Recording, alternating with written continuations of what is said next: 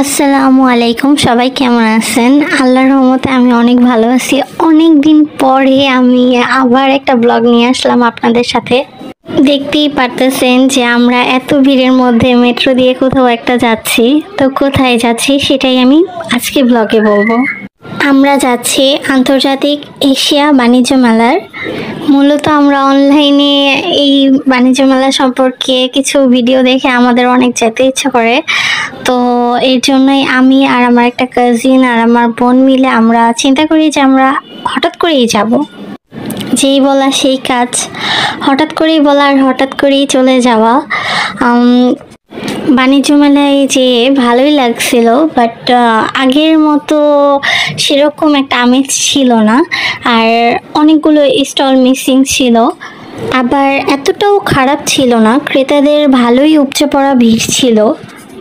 কিছু কিছু স্টলে প্রাইসটা ঠিকঠাক মনে হলেও বেশ কিছু স্টলে মনে হচ্ছিল প্রাইস তুলনামূলকভাবে অনেক বেশি চাচ্ছে। আমরা তিনজনে অনেক কনফিউজ হয়ে গেছিলাম যে কি কিনবো। তো খুব অল্পই আমরা কিছু কেনাকাটা করলাম।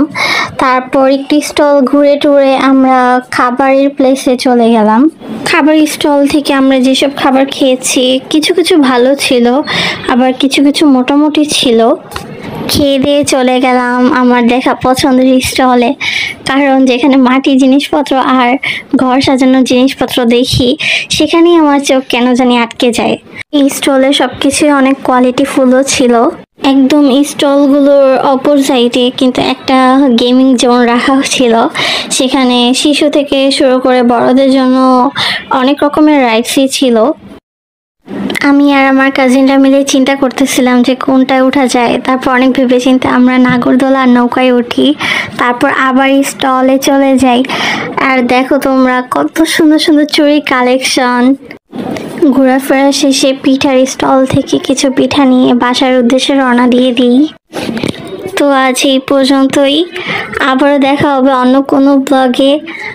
আর আমার ভিডিওগুলো ভালো লেগে থাকলে অবশ্যই আমার ভিডিওতে লাইক, কমেন্ট আর সাবস্ক্রাইব করে আমার পাশে থাকবেন। আল্লাহ হাফেজ।